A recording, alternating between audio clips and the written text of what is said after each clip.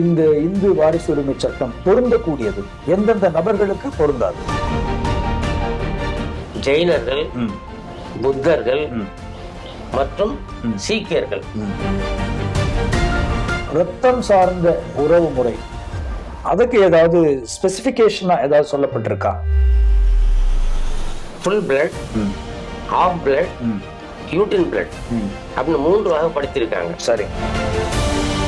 இரண்டாவது திருமணம் செஞ்சுக்கிட்டு அந்த மனைவிக்கு பிறக்கக்கூடிய பிள்ளைகளுக்கு அந்த சொத்துல தகப்பனார் சொத்துல சம பங்கு. ஒருவேளை அந்த இறந்த மனைவி பேர்ல இருந்தா அது இவர்களுக்கு, அந்த மனைவிக்கு பிறந்த பிள்ளைங்க இருக்காங்க பாரு, அவங்களுக்கு தான் அது பாகம். ஏக தேசமாக ஒரு ஆண் மகன் இறந்துட்டாருன்னா சரி, அந்த சொத்தை எப்படி பிரிச்சுக்கிறது? கொள்ளு பாட்டனார், எள்ளு பாட்டனார் இப்படி இருக்கு வரலாம். சரி, பரம்பரை தெரிஞ்சு. ஆமா, புரியுது. தகப்பனார், பாட்டனார், முப்பாட்டனார், கொள்ளு பாட்டனார், எள்ளு பாட்டனார். சோ இந்த வழியில சொத்து கிடைச்சது வழி இருக்கு. சரி. ஒரு இந்து பெண் இறந்துட்டாங்க, சொத்து வச்சுட்டு போறாங்கன்னா அதுல ஹஸ்பண்ட் கூட வர்றாரு. ஒரு இந்து ஆண் மகன் சொத்தை வச்சுட்டு இறந்துட்டான், அவனுக்கு மனைவியோ பிள்ளைகளோ இல்லை. அந்த சொத்தை யார் எடுத்துக்கிறது? ஒருத்தர் திடீர்னு அவருக்கு வேற ஒரு மதத்தின் மீது ஒரு பற்று ஏற்பட்டு அந்த மதத்திற்கு மாறிடுறாருன்னு வச்சுங்க, அப்போ இந்த சொத்துக்கள்ல அவர் பாகம் கேட்கறதுக்கு உரிமை இருக்குங்களா?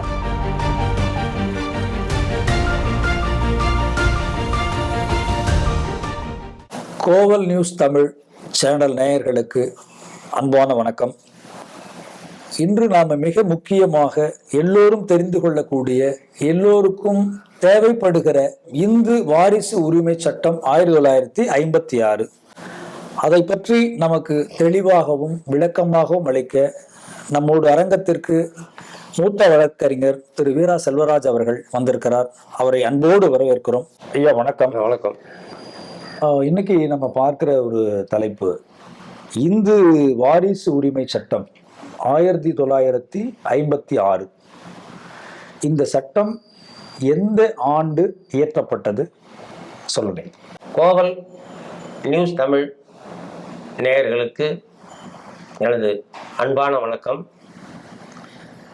நாம் பேசிக்கொண்டிருக்கின்ற இன்றைய தொடரிலே இந்து வாரிசு உரிமை சட்டம் 1956 என்ற சட்டத்தின்படி என்னென்ன சட்டம் சொல்கிறது, சொத்துக்கள் எப்படி வாரிசுகளுக்குள் பிரித்து கொள்ள வேண்டும் என்பதை பற்றி விரிவாக பேச இருக்கிறோம். இந்து வாரிசு உரிமை சட்டம் 1956 என்கிற சட்டம் 17/6/1956 அரசால் ஆரம்பிக்கப்பட்டது, சொல்லப்பட்டது. இந்த சட்டம் இந்தியாவில் சில பகுதிகளுக்கு அப்படின்னு இருக்கா, இல்லை அனைத்து பகுதிகளுக்கும் இது பொருந்தக்கூடியதுங்களா? ஜம்மு அண்ட் காஷ்மீர் சரி மாநிலங்கள் தவிர இந்தியா முழுவதும் இருக்கின்ற பகுதிகளுக்கு இது பொருந்தும். ஜம்மு அண்ட் காஷ்மீருக்கு மட்டும் இந்த சட்டம் பொருந்தத்தக்கது அல்ல. அவங்களுக்கு தனி சட்டம் இருக்கு. சரிங்கய்யா. எந்தெந்த நபர்களுக்கு இந்த இந்து வாரிசு உரிமை சட்டம் பொருந்தக்கூடியது, எந்தெந்த நபர்களுக்கு பொருந்தாது? இந்து மதத்தை சார்ந்தவர்கள், சரிங்க, ஜெயினர்கள், புத்தர்கள் மற்றும் சீக்கியர்கள், இந்த மதத்தை சார்ந்த நபர்கள் இறந்த பிறகு அந்த சொத்துக்களை அடைவதற்கு யாருக்கு அடைவது, எப்படி வழிமுறை என்று சொல்லுவதுதான் இந்த 4 மதங்களுக்கு மட்டும் பொருந்தக்கூடியவை. இதற்கு மாறாக முகமதியர், கிறிஸ்தவர், பார்சிஸ் இந்த மதத்தை சார்ந்தவர்களுக்கு வேறு சட்டங்கள் உள்ளன. இந்த சட்டம் இவர்களுக்கு மட்டும்தான் பொருந்தும், மற்ற நபர்களுக்கு பொருந்தத்தக்கது அல்ல. ஆமா, சரிங்க ஐயா. ஐயா, இதுல ஒரு சந்தேகம், ரத்தம் சார்ந்த உறவு முறை, அதுக்கு ஏதாவது ஸ்பெசிபிகேஷனா ஏதாவது சொல்லப்பட்டிருக்கா? சட்டத்துல சொல்லியிருக்காங்க. ஃபுல் பிளட், ஹாஃப் பிளட், யூட்டின் பிளட் அப்படின்னு 3 வகைப்படுத்தியிருக்காங்க. சரி. ஒரு ஆணும் பெண்ணும் திருமணம் செய்து கொண்ட பிறகு அவர்களுக்கு குழந்தைகள் பிறக்கிறாங்க. சரி. அப்ப அந்த குழந்தைகள் இருக்காங்க இல்லையா, ம். அவங்களுக்குள்ள உறவு. ம். ஏன்னா எல்லாருக்குமே ஒரே அப்பா ஒரே அம்மா. கண்டிப்பா. அவன் ஃபுல் பிளட்னு பேர். சரிங்க. ஆஃப் பிளட் ம்.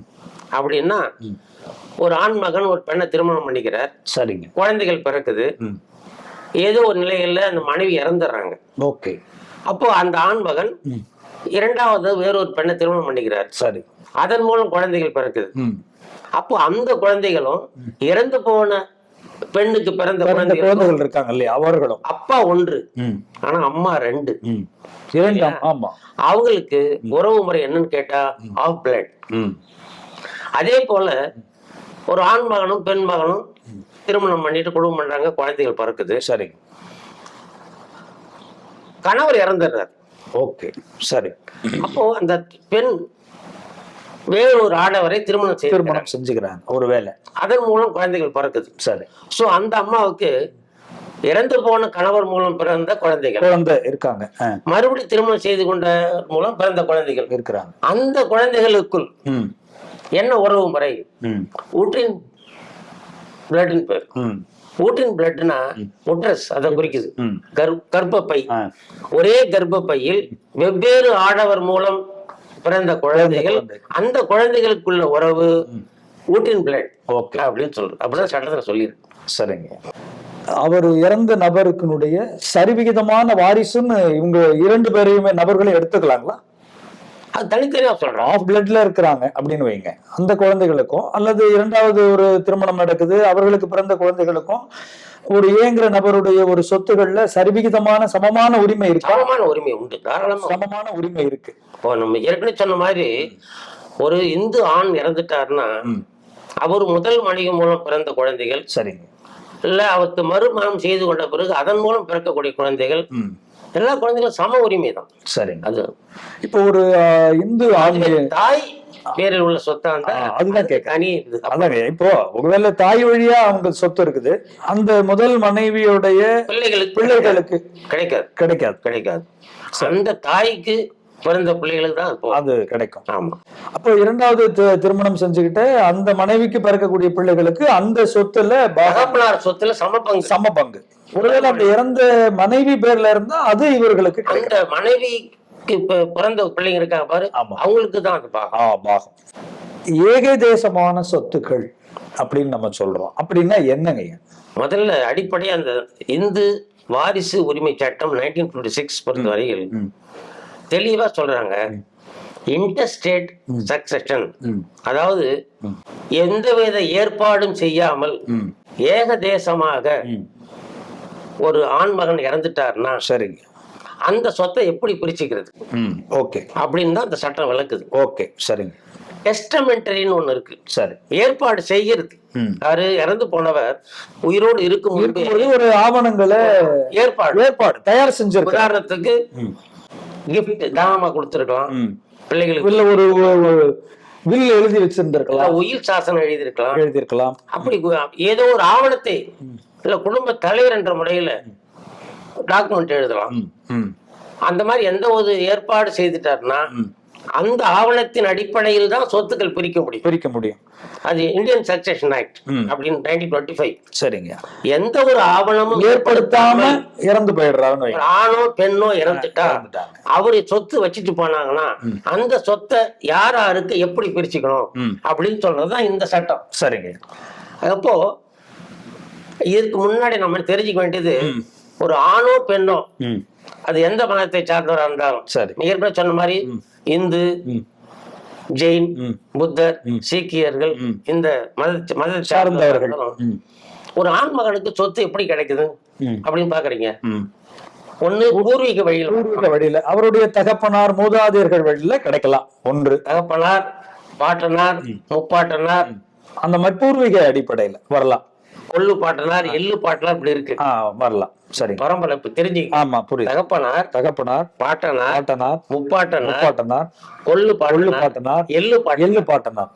சோ இந்த வழியில சொத்து கிடைச்ச வழி இருக்கு. சரிங்க. இது அல்லாமல் சுயமா சம்பாதிக்கிறது சொத்து இருக்கு. அவருடைய சுய சம்பாத்தியம், செல்ஃப் சொல்லுவாங்க. ஓகே. அது அப்புறம் அரசாங்கம் ஒப்படை பட்டா கொடுப்பாங்க. ஒப்படை பட்டா ஃபார் gift அரசாங்கம் ஃபார் கொடுக்க எக்ஸாம்பிள் இந்த முன்னாள் ராணுவ வீரர்களுக்கு அவங்களுக்கு அரசாங்கம் பட்டா, அவங்க கௌரவிக்கிற வகையில பட்டா கொடுக்குறாங்க. நிலமற்ற இல்ல வீடற்ற ஏழைகளுக்கு வீட்டுமனை பட்டாக்கள் அரசாங்கமே வழங்க நிலங்களே கூட தராங்க. சரிங்க. அது அந்த வகையில சொத்து கிடைக்கலாம். அப்புறம் குழந்தை இல்லாத ஆணோ பெண்ணோ சரிங்க அவங்க ஒரு பிள்ளைய சுயகாரம் எடுத்துக்கிறாங்க, அடாப்ஷன் தத்து எடுத்துக்கிறாங்க, அந்த வகையில சொத்து கிடைக்கலாம். சோ இதுதான் இந்த மாதிரி வகையில சொத்து கிடைச்சு, ஏதோ ஒரு வகையில நான் சொன்ன வகையில சொத்து கிடைச்சு எந்த வித ஏற்பாடும் பண்ணாம டெஸ்டமெண்ட்ரி பண்ணாம ஏகதேசமாக காலமாயிட்டாருன்னா அந்த சொத்தை யார் எடுத்துக்கிறது, எப்படி பிரிச்சுக்கிறதுன்னு தான் இந்த சட்டம் வழி சொல்லுது. சரிங்க. இதுல இந்து பெண்கள் ஐயா அவர்கள் இறந்து போயிடுறாங்கன்னு வைங்க, அதற்கு என்னென்ன வழிமுறைகள் இருக்கு? அவர் பேர்ல ஒரு ஆண் மகன் இறந்துட்டா அதுக்கு யாரெல்லாம் வாரிசுகளா வராங்களோ கிளாஸ் 1 கிளாஸ் 2 ஆக்னேட்ஸ் காக்னேட்ஸ் அப்படின்னு சொல்லி 4 வகைகள் வராங்க. நான் சொல்றேன் விளக்கமா பின்னாடி. சரிங்க. இந்த ஒரு இந்து பெண் இறந்துட்டாங்க, சொத்து வச்சுட்டு போறாங்கன்னா அதுல ஹஸ்பண்ட் கூட வர்றாரு. ஹஸ்பண்டும் வர்றாரு. சொல்லப்படாதது. சரிங்க. அதுல ஹஸ்பண்ட் வர்றாரு. ஓகே. இந்த வாரிசு உரிமை அந்த படிகள் நிலைகள், அதாவது வச்சுட்டு போன பூர்வீக சொத்தோ அல்லது அவர்கிட்ட அவர் சம்பாதிய சொத்தோ இருக்குன்னு சொன்னா, அத அவருக்கு கீழே வரக்கூடியவர்கள் எந்தெந்த நிலைகள்ல அந்த சொத்துக்களை அவர் அடைவதற்கான அதிகாரங்கள் சட்ட ரீதியா இருக்குங்க, அதை பத்தி சொல்ல. ஒரு இந்து ஆண்மகன் அசையா சொத்துக்களை வைத்து இறந்து விட்டால் ஓகே, அந்த சொத்துக்களை முதல் நிலை வாரிசுகள், ஆங்கிலத்தில் கிளாஸ் 1 என்று சொல்லுவாங்க. அந்த கிளாஸ் 1 வாரிசுகள் இருக்கும் பட்சத்தில் யாரேனும் ஒரு இருந்தாலும் போதும். சரி. அந்த கிளாஸ் 1 யார் யார் வருவாங்க சொல்றேன். சரி.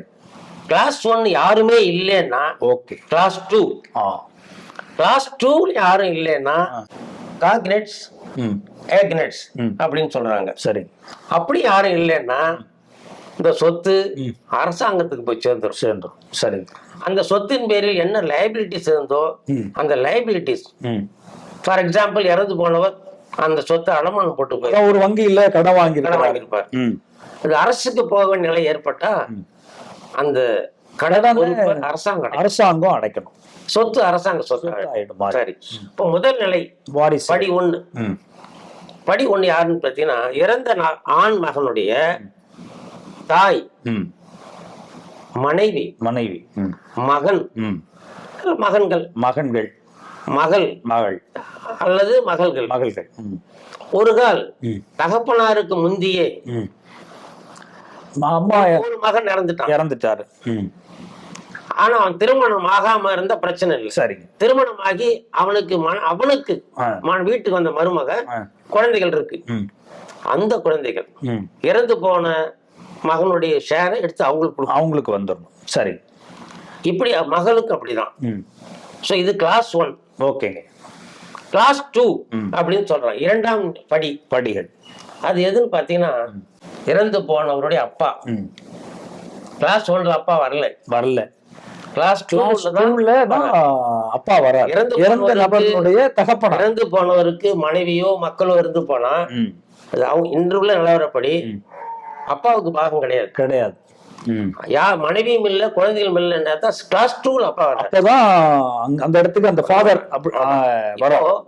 சமீபத்துல கூட பல மாண்புமிகு நீதி அரசர்கள், உச்ச நீதிமன்ற நீதி அரசர்கள் பல்வேறு தீர்ப்பு சுட்டி காட்டியிருக்காங்க. அப்பாவையும் கிளாஸ் 1 கொண்டு போகணும், லீகலாவா நீங்க கொண்டு வந்துடணும்.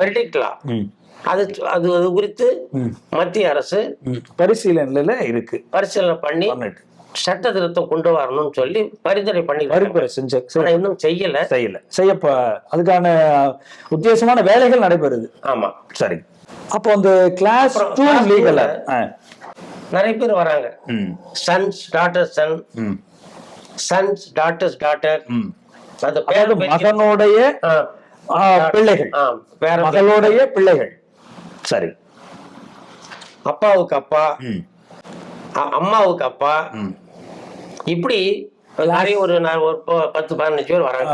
கிளாஸ் 2ல. ஓகே. அப்புறம் முக்கியமா கிளாஸ் 1ல யாரும் இல்லைன்னா living brothers and living sisters. ஒரு இந்து ஆண் மகன் சொத்தை வச்சுட்டு இறந்துட்டான். அவனுக்கு மனைவியோ பிள்ளைகளோ இல்லை. அந்த சொத்தை யார் எடுத்துக்கிறது? ஒருவேளை அவருக்கு தம்பி இருக்கிறாங்க, தங்கை இருக்கிறாங்கன்னு வைங்க. அவங்க living brothers and living sisters. Okay. இறந்து போன நபர் இந்த சொத்துக்கு சொந்தக்காரர். அவர் உடன் பிறந்த சகோதரர்கள் சகோதரிகள். ஓகே. அதுல அந்த வேர்டு போட்டாங்க பாருங்க, லிவிங். இறந்து போனவருக்கு 2 சகோதரர் 2 சகோதரி, அவருக்கு 2 தம்பி 2 சிஸ்டர் வச்சு இருக்கிறாங்க. சரி. இந்த 2 தம்பி 2 சிஸ்டரும் உயிரோட இருந்தாங்கன்னா இந்த 4 பங்கா அப்படி போயிடும். ஓ சரிங்க. அதுல ஒரு பிரதர் இறந்துட்டார். அவருக்கு வாரிசு இருக்கு. இருந்தாலும் அந்த இறந்துட்டார் இல்லையா, அவருக்கும் அவர் பிள்ளைகளுக்கும் இதுல சொத்துல பாகம் இல்லை. தெளிவா சொல்லிருக்கான். லிவிங் வசிக்கக்கூடிய உயிரோடு இருக்கக்கூடிய சகோதர சகோதரிகளுக்கு மட்டும் அவங்க கிளாஸ் 2ல அவங்க வராங்க. நல்லது. சரி, கிளாஸ் 1ல யாரும் இல்ல, கிளாஸ் 2ல யாரும் இல்ல அப்படின்னா யாரு? ஆக்னெட்ஸ்ன்றான். ஆக்னெட்ஸ் யாருன்னு கேட்டா, இறந்து போன சொத்து வச்சுட்டு இறந்து போயிட்டாரு இல்லையா, அந்த சொத்து எந்த வழியில் அவருக்கு வந்தது? இறந்து போனவருக்கு தந்தை வழியா தாய் வழியா? அப்ப தந்தை வழியில் வந்த சொத்தா இருந்தா அந்த தந்தையோடைய அந்த குடும்பத்தினருக்கு வாரிசுகளுக்கு அவங்களுக்கு போயிடும். சரி. தாய் வழியில் வந்திருந்தா காக்னெட்ஸ்ன்றான். ஓகே. அவங்களுக்கும் போயிடும். இப்படி இந்த 4 நிலையும் இல்லைன்னா ஏற்கனவே சொன்ன மாதிரி இது அரசுக்கு சொந்தமானதா போயிடும். இதுதான் பூர்வீக சொத்து ஒருத்தருக்கு கிடைக்குது, இல்லது அவருடைய சுய சம்பாத்தியத்துல சம்பாதிச்ச சொத்துக்கள் இருக்கு. இந்த 2 சொத்துகளுக்குமான வேறுபாடுகள் என்னென்ன? பூர்வீக சொத்து அப்படின்னா, இப்போ எனக்கு அப்பா இருக்கார். சரி. எங்க அப்பா சம்பாதித்து இறந்துட்டார். சரி. எந்தவித ஏற்பாடும், ஏற்கனவே சொன்ன மாதிரி எந்தவித ஏற்பாடும் எழுதி வைக்காம இறந்துட்டார். சரி. இப்போ அவருக்கு கிளாஸ் 1 லீகல் ஹேர் யாருன்னு கேட்டா, நானு, என்னுடைய பிரதரு சிஸ்டர்ஸ், என் அம்மா. அவ்வளவுதான். நான் இருக்கும்போது எங்க அப்பா சம்பாதித்து வச்சுட்டு போன சொத்துல என் பிள்ளைக்கு உரிமை கிடையாது. ஓகே. இது முதல்ல தெளிவுபடுத்துற. ஒரு பழமொழி சொல்லுவாங்க, தலை இருக்க வாழாடாது. இன்னொன்னு, சமூகத்துல இப்போ ஒரு தவறான அபிப்பிராயம் இருக்கு. நிறைய பேர் என்கிட்ட வராங்க, எங்க தாத்தா சொத்து, தாத்தா இறந்துட்டாரு, எங்க அப்பா சொத்தை கொடுக்க மாட்டாரு பாகம் கேட்டான்ட்டாரு. தாத்தாவுக்கு யாரு வாரிசு? அவருடைய மகன். கிளாஸ் 1. எங்க அப்பாவுக்கு நான் தான் வாரிசு. நான் என்னுடைய ஆயுளுக்கு பிறகுதான் என் பிள்ளைக்கு பூர்வீக சொத்துல உங்களுடைய பிள்ளைகள் கேட்கறதுக்கான ரைட் பை பர்த் எனக்கு தான், என் பிள்ளைக்கு கிடையாது. இதுவே எங்க அப்பா சம்பாதிக்காத எனக்கு தாத்தா சம்பாதிச்சா, என் தாத்தா சம்பாதிச்சு வச்சுட்டு இறந்துட்டார், இல்ல எங்க அப்பாவுக்கு கிடைச்சது, எங்க அப்பாவுக்கு பிறகு எனக்கு கிடைச்சது, நான் அனுபவிச்சுன்னு வரேன். அந்த மாதிரியான சொத்துல என் பிள்ளை, உங்களுடைய பிள்ளை உயிரோடு இருக்கும்போது பாக உரிமை கேட்கறதுக்கான வாய்ப்பு இருக்கு. என்னுடைய பாட்டனார் சம்பாதிச்சுக்கணும். இன்னும் தெளிவா சொன்னாக்கா, பாக உரிமை கேட்கின்ற நபருக்கும் சொத்து சம்பாதித்த நபருக்கும் இடையில் 2 ஜெனரேஷன் இருக்கணும், 2 தலைமுறை இருக்கணும். உதாரணத்துக்கு என் பையன் பாகம் கேட்கற வச்சுங்களேன், நான் தலைமுறை உயிரோடு இருக்கேன், உங்களுடைய தகப்பனார் அப்பா 2, இந்த 2ஐயும் தாண்டி அதான் முப்பாட்டனார், அவர் கேட்பவருக்கும் சம்பாதித்தவருக்கும் 2 தலைமுறை இடையில இருக்கணும். அப்பதான் சொத்து உரிமை கேட்க முடியும். அது மட்டும் இல்ல, எங்க அப்பா சுயமா சம்பாதிச்சாருன்னா ஏற்கனவே சொன்ன மாதிரி எனக்கு தான் உரிமை, எனக்கும் என்னுடைய பிரதர்ஸுக்கு என்னுடைய மதருக்கு தான் உரிமை. சரி. இல்ல என்னுடைய பாட்டி, ஏதாவது எங்க அப்பாவுக்கு அம்மா அவங்கதான் உரிமை.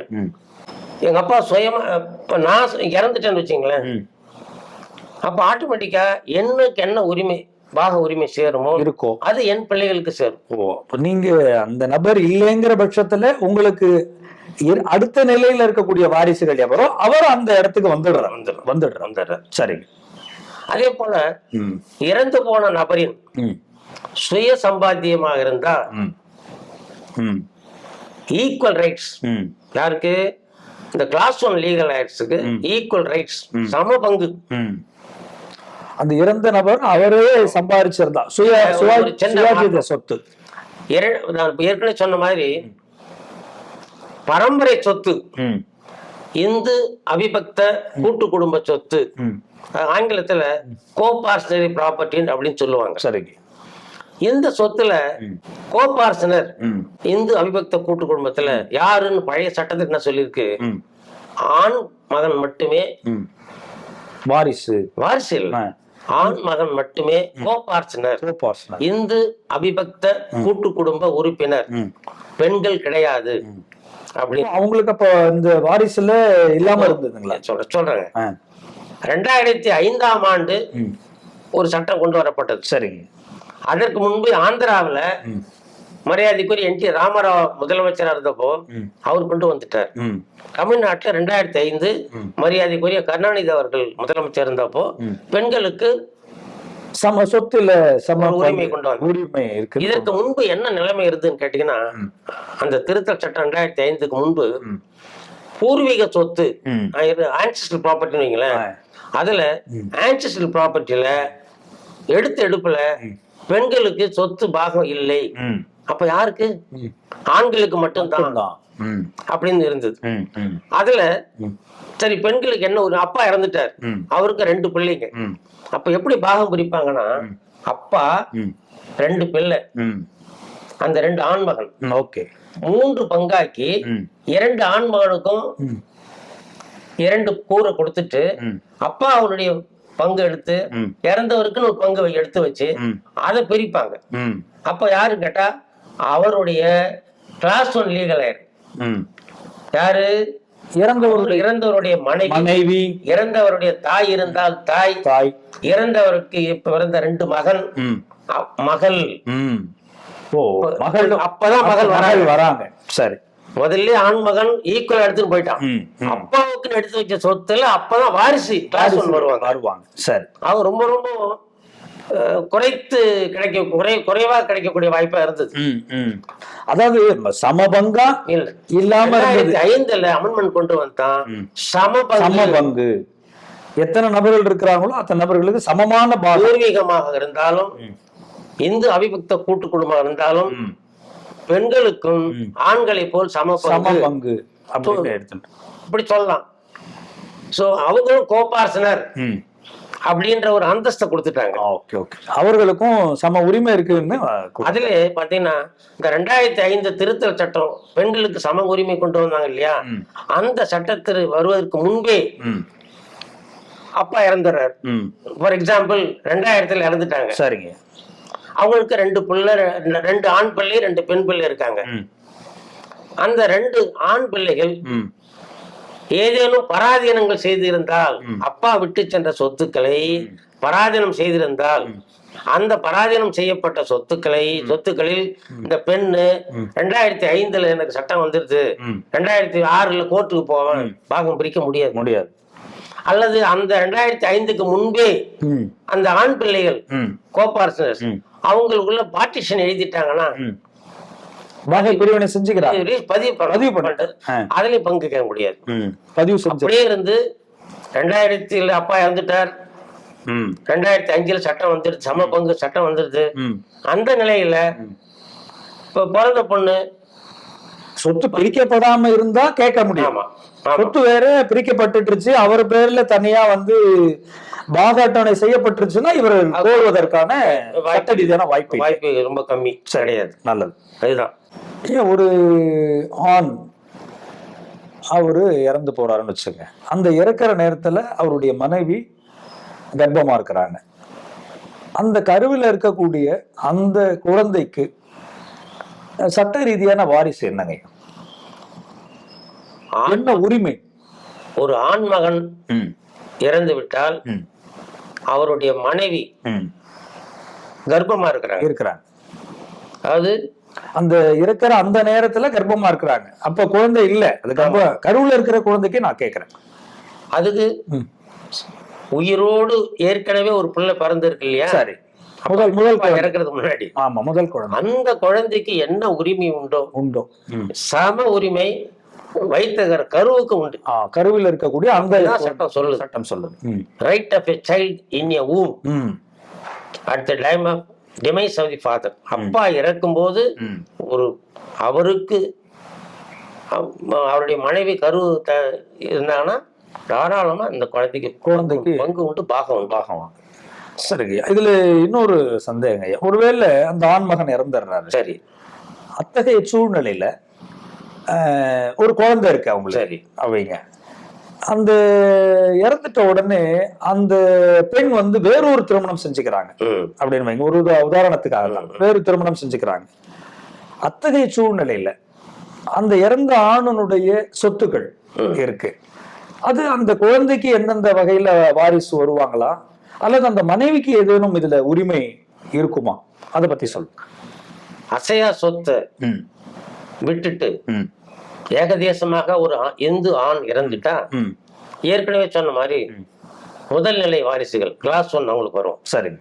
உதாரணத்துக்கு இறந்தவருக்கு 2 ஆண் பிள்ளைகள் வச்சுக்குவோம். சரிங்க. அது 2 ஆண் பிள்ளை உயிரோடு இருந்தாங்கன்னா 2ஆ பிரிச்சுக்குவாங்க, எடுத்துக்கிறாங்க. ஓகே. அதுல ஒரு ஆண் பிள்ளை ஏற்கனவே அப்பாவுக்கு முந்தைய இறந்துட்டாரு. சரி. அந்த ஆண் பிள்ளை திருமணம் ஆனவர்.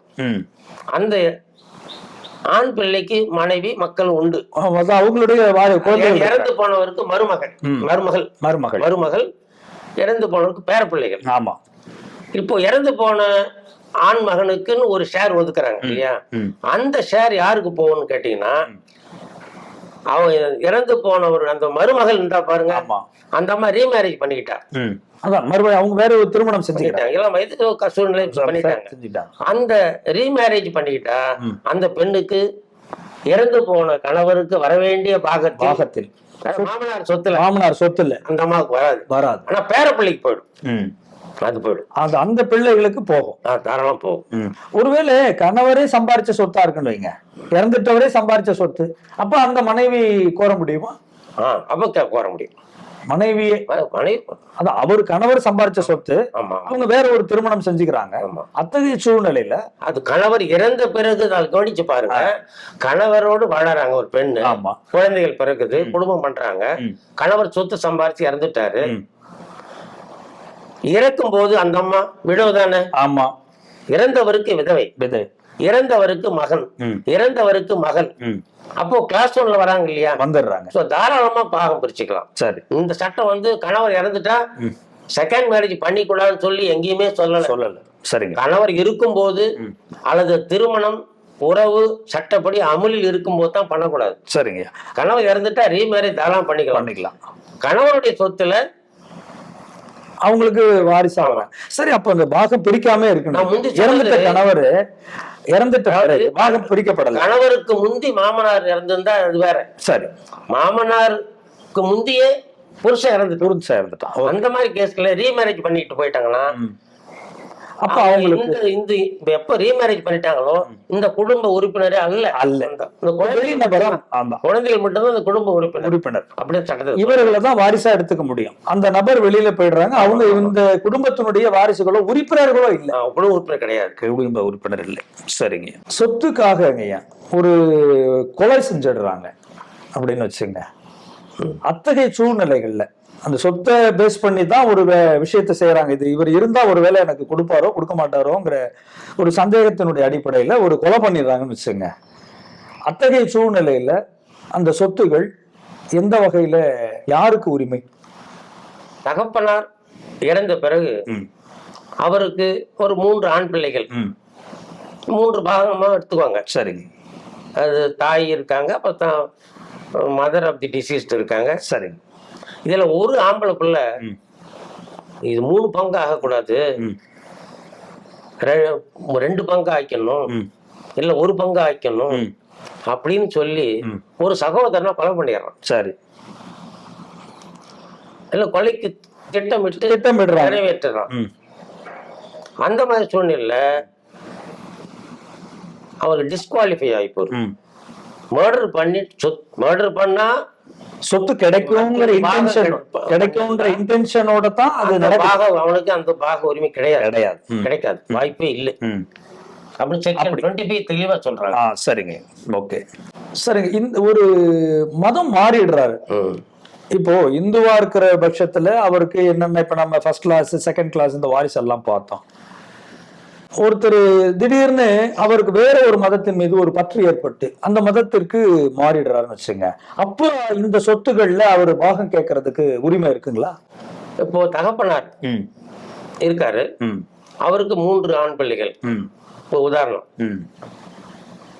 தகப்பனார் இருக்கும் பொழுது ஒரு ஆண் பிள்ளைக்கு ஏதோ ஒரு சூழ்நிலையில முகமதியராகவோ கிறிஸ்துவராகவோ பார்சிஸ்டாகவோ அல்லது வேறு ஒரு மதத்திற்கு மதம் இந்த மதத்திலிருந்து மற்றொரு மதத்திற்கு மாறிட்டார். ஓகே, அவருக்கு என்ன உரிமை? அப்பா இருக்கும் போது மதம் மாறிட்டாருன்னா, அப்புறம் அப்பா இறக்குறாருன்னா அந்த சொத்துல ஒரு பங்கு பாகம் கேட்க முடியாது. Conversion is a disqualification. Conversion to another religion is amount to disqualification. Okay, அப்பா இருக்கும்போது. இதுவே அப்பா இறந்த பிறகு அந்த 3 பிள்ளைகள் பாகம் பிரிச்சுக்கிறாங்க, இல்ல பெரிய ஒன்னா ஏக குடும்பங்கள அனுபவிக்கட்டும். அப்போ ஒரு பிள்ளை கன்வர்ஷன் ஆகிறான், மதம் மாறி போயிடுற, அது வந்து இட்ஸ் நாட் எ டிஸ்குவாலிஃபிகேஷன். அது என்ன நுட்பமா என்ன பாகம் கேட்டா, தகப்பனா இறக்கும் பொழுது அந்த 3 ஆண் பிள்ளைகளும் இல்ல பெண் பிள்ளைகளும் இந்துக்களா, தருவாயில இருக்கக்கூடிய அவருடைய நிலையை பேசுறீங்க. இறந்துட்டார், இறந்த பிறகு அப்பதான் வாரிசுன்ற வருது. அந்த நிலையில அவங்க இந்துக்களா இல்லையா, அது மட்டும்தான் பார்க்கணும். ஒரு கால் இந்து இல்லாம வேற ஒரு மதத்துக்கு ஏற்கனவே மதம் மாற்றி விட்டால் அவர் வாரிசா வர முடியாது. வாரிசே இல்ல, அப்ப பாகம் கிடைக்காது, பாகம் இருக்காது, அது கிடையாது. சரி, ஒரு வாரிசு இருக்கிறாரு, அவர் தகுதியை தான் எந்த நேரத்துல இழக்க நேரிடும்? இப்ப இறந்து போன நபருடைய வாரிசுகள் ஒருவர் தீர்க்கப்படாத கொடுமையான வியாதியால் பாதிக்கப்படுறார். சரிங்க.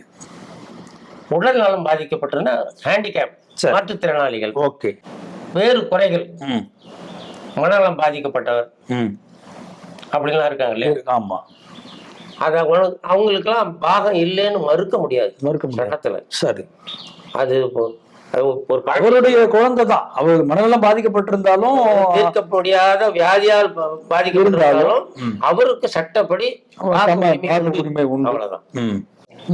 வேறு குறிப்பாக நீங்க ஏதாவது கருத்துக்கள் சொல்ல விரும்பினால் சொல்லுங்க. மீண்டும் மீண்டும் அதான் சொல்ல விரும்புறேன். நாம இப்ப டிஸ்கஸ் பண்றத மட்டும் வச்சு போதாது.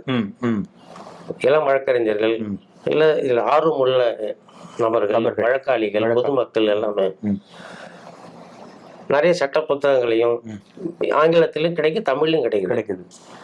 ஜேர்னல்ஸ் அதை படிக்கிறது, சட்ட வல்லுநர்கள்ல பேச்சு அறிகுறியை கேட்கறது, அவங்ககிட்ட கன்சல்டேஷன் பண்றது, இதெல்லாம் பண்ணிக்கணும். நிறைய படிக்கணும். அதுதான், அதாவது இந்த வழக்கறிஞர் தொழில் என்பது கடல். எல்லாமே எல்லாருக்கும் தெரிஞ்சிருக்கணும் அவசியம் இல்லை. அதுல படிக்க படிக்க படிக்க புதியதாக நமக்கு பல விஷயங்கள் தெரிஞ்சுக்கிறதுக்காக வாய்ப்புகள் இருக்கும். சரிங்க, உங்களுடைய பொன்னான நேரத்தை எங்களுக்காக ஒதுக்கியமைக்கு மிக்க நன்றிங்க. நன்றி, வணக்கம்.